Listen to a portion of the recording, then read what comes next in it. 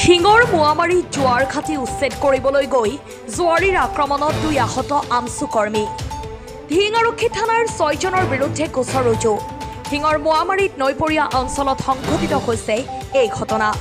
অঞ্চলটোৰ একাংশ অসামাজিক লোকে দীৰ্ঘদিন ধৰি চলাই আহিছে জোৱা খেলৰ লগতে ড্ৰাগছৰ ৰমৰমীয়া বেহা।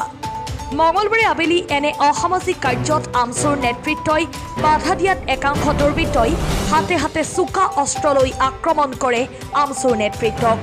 দুৰ্বৃত্তৰ দলটোৱে উপৰ্যুপৰি চুৰিকাঘাত কৰি গুৰুতৰভাৱে আহত কৰে আমছু কৰ্মী আলহাজুৰ ৰহমানক। আলহাজুৰক ঢিং FRUত ভৰ্তি কৰে যদিও অৱস্থা সংকটজনক হোৱাত উন্নত চিকিৎসাৰ বাবে গুৱাহাটীলৈ প্ৰেৰণ কৰে চিকিৎসকে। আজি আমছুৰ এটি সজাতি দলে ঘটনাস্থলীত উপস্থিত হৈ পৰিস্থিতি বুজ লোৱাৰ লগতে দোষীক উপযুক্ত শাস্তিৰ দাবী জনায়। নিউজ ডেস্ক ৰিপৰ্ট পটদ্ৰা লাইভ। দুৰ্বৃত্ত আক্ৰমণ কৰিছে, আপোনালোকে থানাত এজাহাৰ দাখিল কৰিছে আৰু কি গ্ৰহণক কি দাবী জনাব, কি ক'ব বিচাৰিছে? হয়, বৰ দুৰ্ভাগ্যৰ বিষয়। নগাঁও জিলাৰ অন্তৰ্গত ডিং থালাৰ এলেকাধীন মোৱামাৰী ব্ৰহ্মপুত্ৰৰ পাৰতেই এটি সেলফি পইণ্ট আছে আৰু এইটো নতুনকৈ ইতিমধ্যে জিও বেগ দি মাথাউৰিৰ কাম কৰাৰ জেগাটো খুব সুন্দৰ পৰিৱেশ। তাত মানে যিকোনো সময়তে মানুহ গৈ তাৰ পৰিৱেশটো উপভোগ কৰিব পাৰে। ধুনীয়া বতাহ আহে, খুব ভাল জেগা। বিভিন্ন জেগাৰ পৰা মানুহ আহি তাত আপোনাৰ অলপ ফুৰিবলৈ যায়, আলহী আহিলে ফুৰিবলৈ যায়। যোৱাকালি তাতো আমাৰ আমছুৰ জিলা সমিতিৰ এজন বিষয়ববীয়াৰ লগত কান্ধলিমাৰী আঞ্চলিক সমিতিৰ 4-5 জন বিষয়ববীয়া তাত গৈছিলে যেন অলপ জেগাৰ পৰা ফুৰি আহোঁ।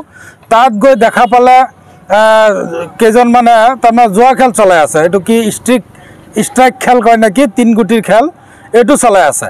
আমছুৰ এটা কাম, সমাজত যদি কিবা দুৰ্নীতি চলি আছে এই দুৰ্নীতিবিলাক বন্ধ কৰা, সমাজত অসামাজিক কাম কাজ কৰাৰ কাৰণে আমাৰ কেন্দ্ৰীয় সমিতিৰ সন্মানীয় সভাপতি ৰেজাউল কৰিম চৰকাৰ ডাঙৰীয়াৰ নিৰ্দেশত আমাৰ সমাজৰ পৰা এই জুৱা, মদ, ড্ৰাগছ, বাল্য বিবাহ ইত্যাদি অসামাজিক কামবিলাক আঁতৰ কৰাৰ কাৰণে আমাৰ এটা গাইডলাইন দিয়া আছে বা নিৰ্দেশনা দিয়া আছে।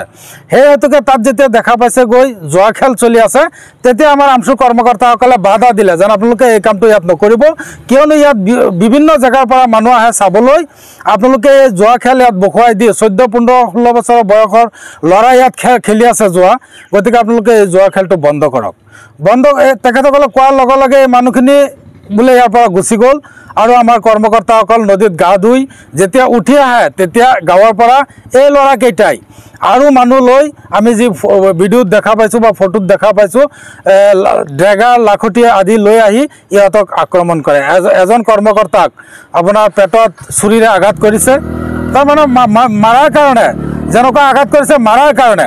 আজি আমি সেই জেগাত গৈছিলোঁ, তাত গৈ আলোচনা কৰাৰ অন্তত আমি গম পালোঁ কিছুদিন আগত সেই জেগাৰ পৰাই আমাৰ এইকেইজন ল'ৰাই আৰু এবাৰ এই যোৱাকালি যিকেইজনে জুৱা খেল দিছিলে সেইকেইজনকে ধৰি আইনক গতাই দিয়াত তেখেতসকল জেল হাজতৰ পৰা আহিছে আৰু সিহঁতে এই কাৰণেই সেইটো আক্ৰোশমূলকভাৱেই যোৱাকালি এখেতসকলক এটেম্প টু মাৰাৰ কাৰণে পৰিকল্পনা কৰিছিলে। ভাগ্যবশতঃ আৰু মানুহ তাত থাকি এই আমাৰ ল'ৰাকেইটাক উদ্ধাৰ হৈ ইয়াৰ পৰা আহিলে। ইতিমধ্যে ঢিং আৰক্ষী থানাত এজাহাৰ দিয়া হৈছে। বাহাৰুল নামৰ যিজন আসামী আছে তাৰ দেউতাকো তাত আছিলে বুলি আমি গম পাইছোঁ। আজি গৈ তাৰ দেউতাকক উঠাই আনিছে। আমি ইতিমধ্যে OC ছাৰৰ লগত আলোচনা কৰিলোঁ, তেখেতে কৈছে কেছ ৰেজিষ্টাৰ হৈছে আৰু যিখিনি মানুহ জড়িত আছে ইয়াৰ লগত গোটেইকেইজনক কৰায়ত্ব কৰা হ'ব বুলি আমাক আশ্বাস দিছে। আমি আইনক বিশ্বাস কৰোঁ আৰু আমি নগাঁও জিলা প্ৰশাসনক সকলো সময়তে আমি সহায় কৰি থাকোঁ। ড্ৰাগছৰ ক্ষেত্ৰতেই হওক, অন্যান্য যিকোনো ক্ষেত্ৰতেই হওক আমি আইনক সহায় কৰোঁ। আমি যিহেতু এইবিলাক অসামাজিক কাম কাজ ভাঙিবলৈ যাওঁ, আমাৰ ল'ৰাবিলাকে এইবিলাক বিৰোধ কৰে, আমাৰ সেই মানুহবিলাক আমাৰ শত্ৰু হৈ থাকে।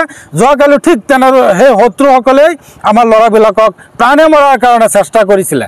গতিকে আমি নগাঁও জিলা প্ৰশাসনক আমি আহ্বান জনাইছোঁ যাতে এই আসামীসকল যাতে কোনেও বাচি যাব নোৱাৰে আৰু যি সেলফি পইণ্ট মোৱামাৰীত যি সেলফি পইণ্ট হৈছে এই সেলফি পইণ্টখন বা এই জেগাডোখৰ খুব সুন্দৰকৈ যদি গঢ় দিয়া হয়, ইয়াতো পৰ্যটক আহিব, বিভিন্ন জেগাৰ পৰা মানুহ আহিব। এই খুব ভাল জেগা, গতিকে এই জেগাখিনি ইয়াৰ পৰিৱেশটো যাতে ভাল হৈ থাকে তাৰ কাৰণে আমি যে প্ৰশাসনক অনুৰোধ জনাইছোঁ।